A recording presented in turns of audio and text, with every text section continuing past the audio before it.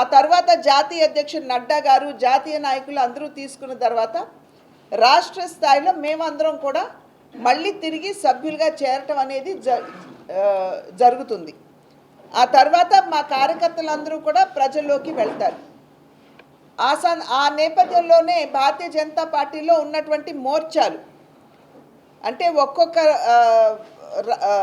స్థాయిలో కూడా ఆ వర్గంలో ఉన్నటువంటి ప్రజలు ఎదుర్కొనేటువంటి సమస్యలు గుర్తించి వాటిని పరిష్కరించడానికి పార్టీలో మోర్చాలు ఉన్నాయి. ఇవాళ ఇక్కడ కిసాన్ మోర్చా సమావేశం నిర్వహించుకోవడం జరుగుతుంది.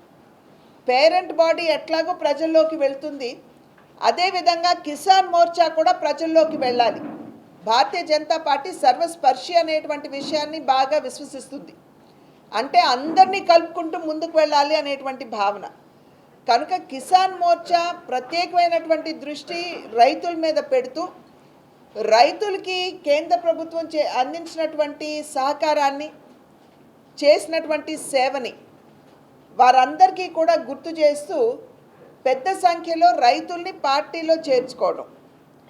ఆ విషయానికి వచ్చేటప్పటికి కిసాన్ మోర్చా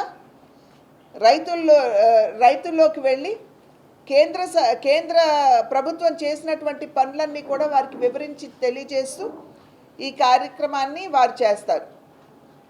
అక్టోబర్ 31వ తేదీ వరకు ఈ సభ్యత్వ నమోదు కార్యక్రమం నిర్వహించబడుతుంది.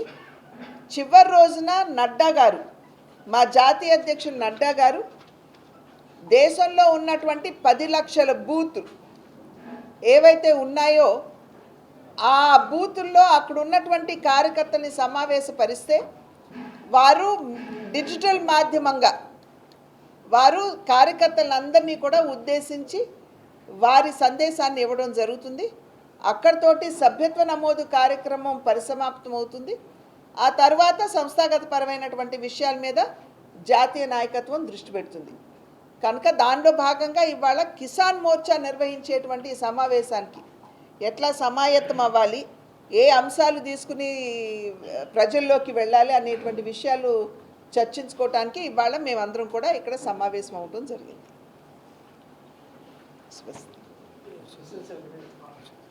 సభ్యత నమోదు విషయం